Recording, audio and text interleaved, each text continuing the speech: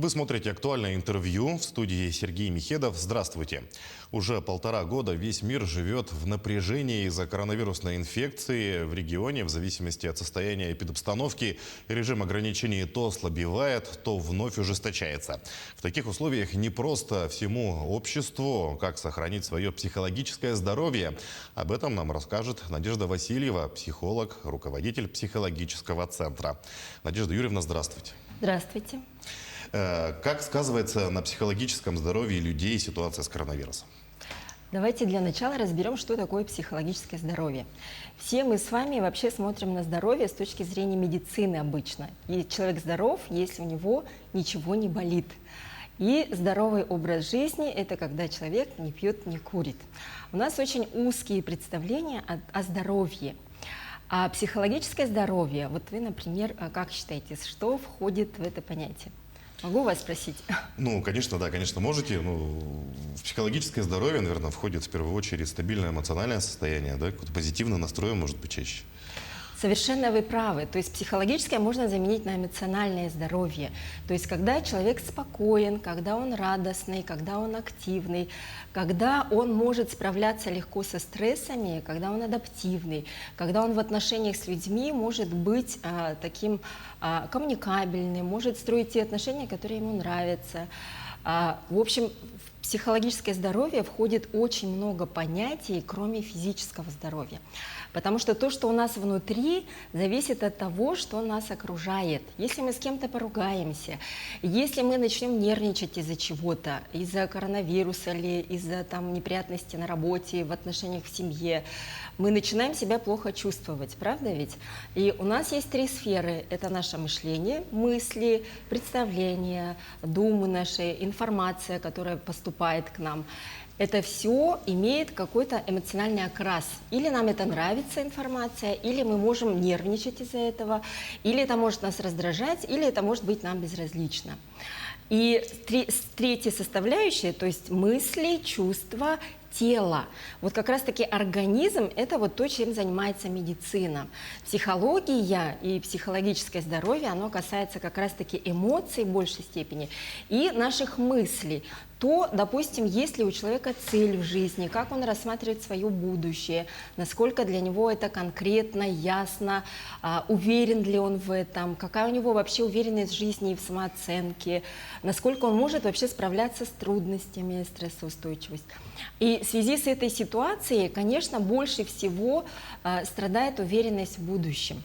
И повышается у людей тревожность, потому что ситуация, как вы сказали, меняется. То она улучшается, то она опять ухудшается, то идет следующая волна.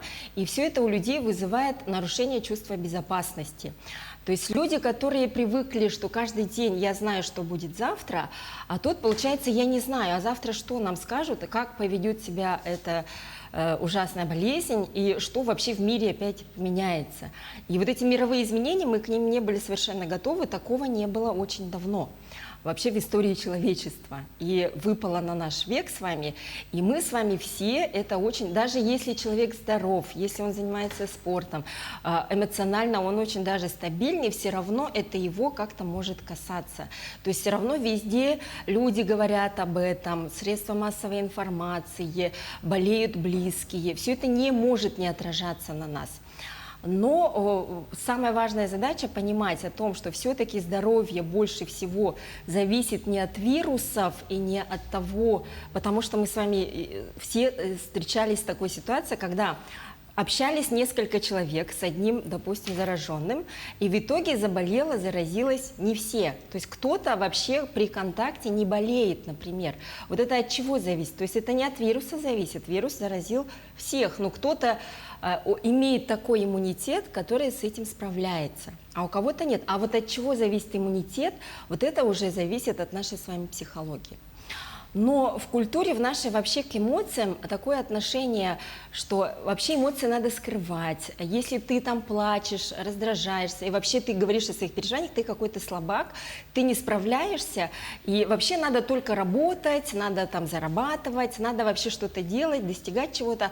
А вот что ты чувствуешь, это вообще не важно. Если ты заболел, иди в больницу, купи лекарства и лечись. Да? А то, что именно какая-то эмоциональная проблема могла привести к к этому заболеванию, вообще мало кого волнует, и мало кто об этом вообще думает. Да? И моя вот эта задача, наверное, как-то людям больше об этом рассказывать. И на примере практики своей могу сказать, что в связи с коронавирусом очень много стало обращений с тревожностью, со страхами,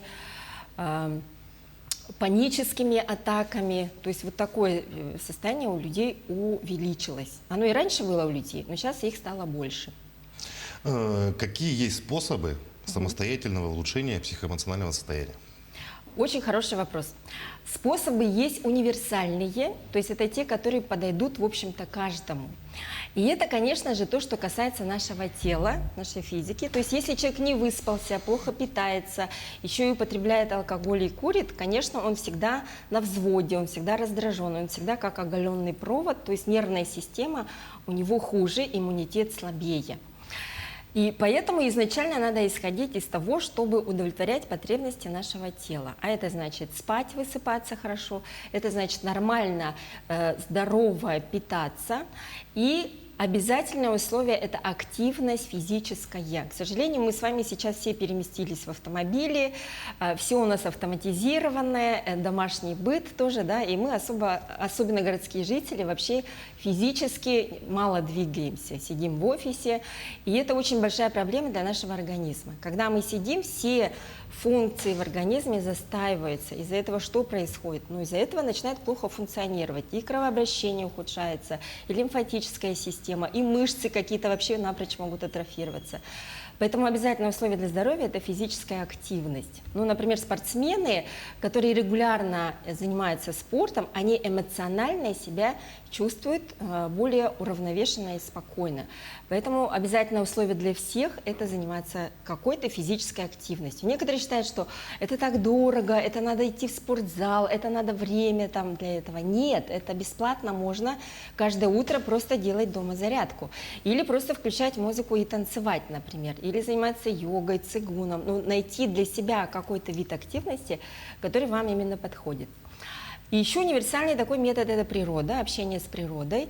Вот сейчас замечательные стоят деньки, да? Ну, у нас в регионе, в частности, в других тоже, наверное. И бывать на природе, просто дышать чистым воздухом. Слава Богу, мы имеем такую возможность чуть-чуть отъехать от города, и уже мы попадаем в такие красивые виды, и мы можем свободно там гулять. Много у нас стало таких мест, где можно хорошо отдохнуть. Водные процедуры тоже универсальный метод. Да? Это ванны расслабляющие, это душ может быть освежающий, холодный, это может быть плавание в бассейне, это может быть любые водные процедуры, они тоже успокаивают, снимают напряжение. Вот. Ну и есть общение с животными, это тоже общение с природой. Это тоже очень такой антистресс для многих, да, у кого есть домашние животные. Ну и те, кто разводит животных, так это вообще такой очень мощный. Там и двигаешься, и общаешься, и питание хорошее у тебя есть.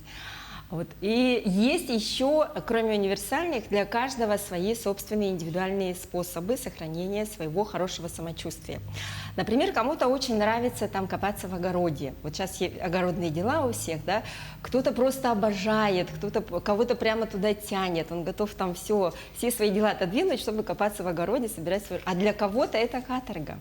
Кого-то туда заставляют ездить, а он вообще хотел бы чем-то другим заниматься. И вот важно именно эмоционально, как я к этому занятию отношусь. Некоторые любят читать, а кого-то заставляют, не хотел бы он ничего читать. Если вам это занятие нравится, значит, оно вам эмоционально приносит энергетический заряд. Если вы что-то делаете, потому что все вокруг это делают, ну, например, я знаю людей, которые ходят в спортзал, потому что это модно, это там молодежно, популярно и это красиво, но человек изнутри, ну, никак не предрасположен к тому, чтобы там качать железо в зале, да, и он ходит как на каторгу туда, зачем-то заставляя себя. То есть для него это не будет абсолютно никакой пользы, а это будет ему огромный вред, потому что внутри у него идет сопротивление, что тело сопротивляется, говорит, я не хочу, мне это не надо. А человек тащит себя туда, через голову, через ум. Вот поэтому важно всегда прислушиваться к себе, к своим чувствам, к своим эмоциям и понимать, вот я вообще что хочу в жизни, да, мне вообще что нравится, я хочу вообще чем заниматься, вот это мне подходит или нет. Иногда мы не можем понять, это подходит, это мое или нет, пока не попробуем. И поэтому некоторые говорят, а что я так много пробую и все никак не могу, например, найти свое. Это нормально абсолютно, потому что когда мы смотрим на что-то со стороны, на красивую картинку в телевизоре, нам кажется, о, наверное, это мое.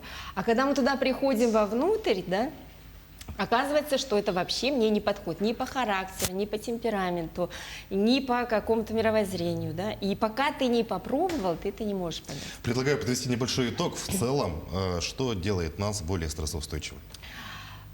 Ну, давайте повторим, да. Вообще надо понимать, что жизнь, она не плохая, не хорошая, и нельзя так сказать, что вот плохое мне, пожалуйста, не надо, да, а только мне хорошее заверните с собой, да.